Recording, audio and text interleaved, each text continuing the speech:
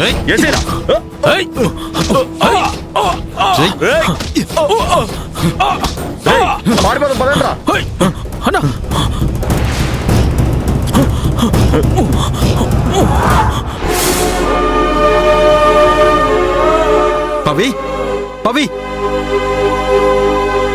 పవి పవి పవి లే పవి పవి పవి పవి పవి పవి లే పవి మాట్లాడు పవి పవి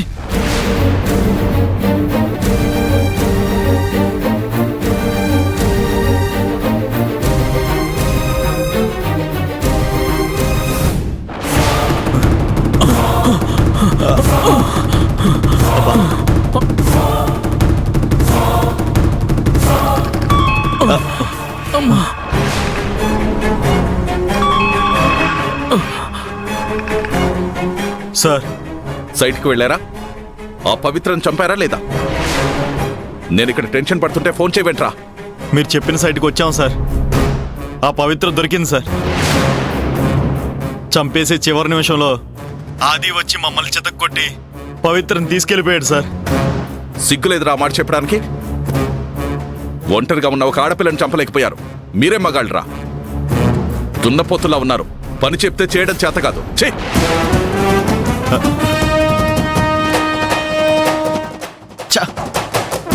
రే పదండి పోదాం. అలాగేనా?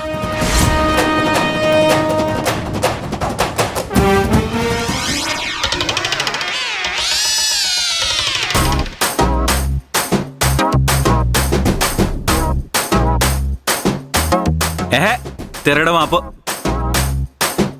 ఏమే నువ్వు తిరుగుతుంటే నా కాళ్ళు నొప్పులు పడుతున్నాయే. ఇందాకటి నుంచి సిటీ బస్ తిరిగినట్టు ఓ అటు ఇటు తిరిగేస్తున్నావేంటే? పవిత్ర ఎటెళ్ళిందో అర్థం కాక ఆలోచించి ఆలోచించి నా బుర్ర తిరుగుతుంది. అదే టెన్షన్లో నేను అటు ఇటు తిరుగుతున్నాను. అదేటెళ్తే నీకెందుకే? మళ్ళీ తిరిగొస్తుందేమోనన్న భయానికి. తిరిగొస్తుంది. ఏమి నోరేనిది?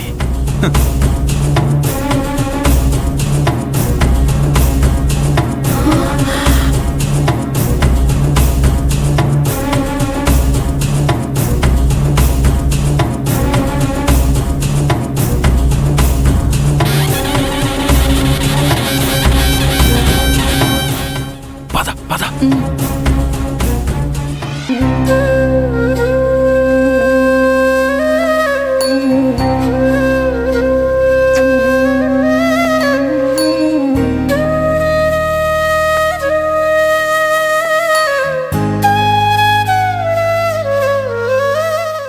అమ్మా పవిత్ర,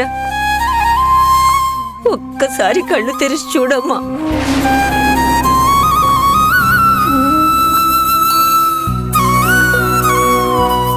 నా మనవరాలికి ఏమైంది అంటే మాట్లాడవేంటా? అది నువ్వు నోరు విప్పితే కదా అది పవిత్రకి ఎందుకిలా అయిందో తెలిసేది. అందరూ అడుగుతున్నా సమాధానం చెప్పకుండా నువ్వు సైలెంట్గా ఉంటావేంటి? అసలు పవిత్రని నీ చేతుల మీదుగా ఎత్తుకొని తీసుకురావాల్సిన అవసరం ఏంటి? అది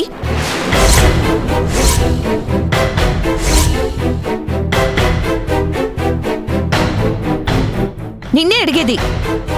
పవిని నీ చేతుల మీదుగా ఎందుకు ఎత్తుకొచ్చావు? అవును, పవిని నా చేతుల మీదుగానే ఎత్తుకుని వచ్చాను. అయితే ఏంటి ఇప్పుడు?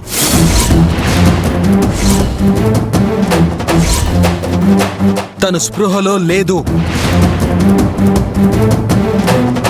నా చేతులతోనే ఎత్తుకుని తీసుకుని వచ్చాను. దానికి నీకొచ్చిన ప్రాబ్లం ఏంటి? పవిత్రే చేతులారా ఈ సిచ్యుయేషన్ తెచ్చుకుంటే దానికి ఎవరేం చేస్తారు? దాని అతి తెలివితేటలే దాన్ని ఈ పరిస్థితికి తీసుకొచ్చాయి. ఇది పవి అతి తెలివితేటలతో కాదు. తనని ఎవరో ఏదో అన్నారు.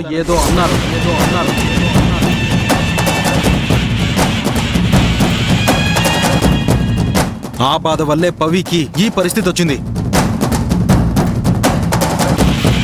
తనని ఎవరు ఏమన్నారో ఇప్పుడే ఇక్కడే నాకు తెలియాలి.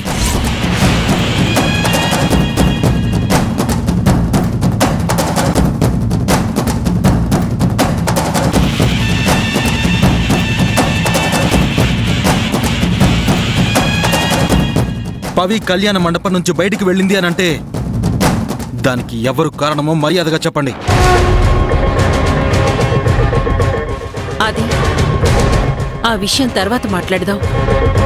అసలు పవిత్రకేమైంది? ఎందుకు ఇలా స్పృహ లేకుండా పడింది?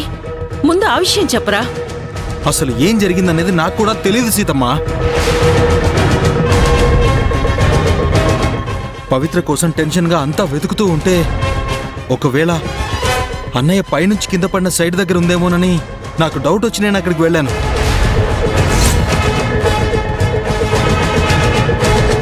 నేను వెళ్ళేసరికి అప్పటికే పవి స్పృహలో లేదు.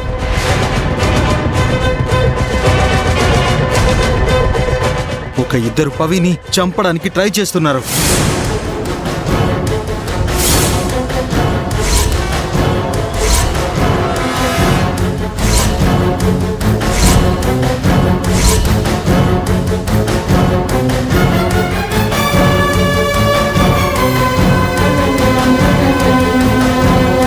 నేను టైంకి తనను వెళ్ళి సేవ్ చేశాను కాబట్టి సరిపోయింది. లేదంటే పవి కడుపులో బిడ్డ మనకి దక్కేవాళ్లే కాదు.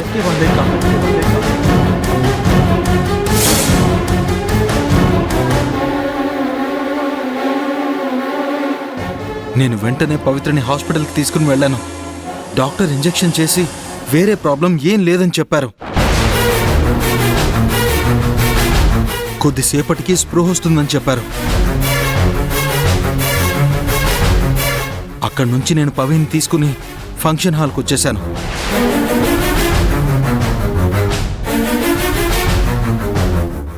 ఏం చెప్తున్నావాది? పవిత్రనెవరో చంపాలని చూస్తున్నారా? అవును తాతయ్య, ఎవరో రౌడీ వెధవలు. తనని చంపడానికి నా మనవరాలు ఏం పాపం చేసింది? ఎవరికి ఏం ద్రోహం చేసింది?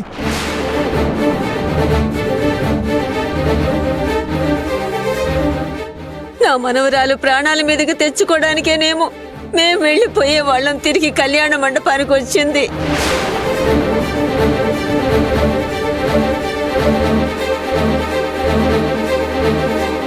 ముందే తెలుసుకుందేమో, అందుకనే మనం పెళ్లికి వెళ్ళొద్దు నానమ్మ అని.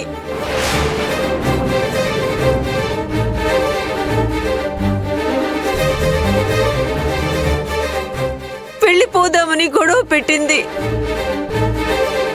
మమ్మల్ని ఊరు తీసుకెళ్ళిపోదామనుకుంది.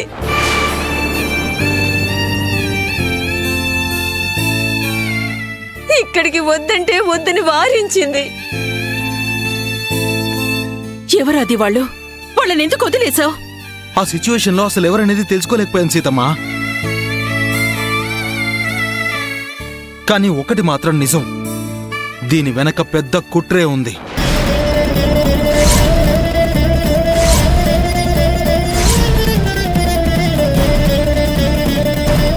ఎక్కడైతే అరవింద్ అన్నయ్య కింద పడ్డాడో అదే ప్లేస్లో పవిత్రని మర్డర్ చేయడానికి ఎవరో స్కెచ్ వేశారు.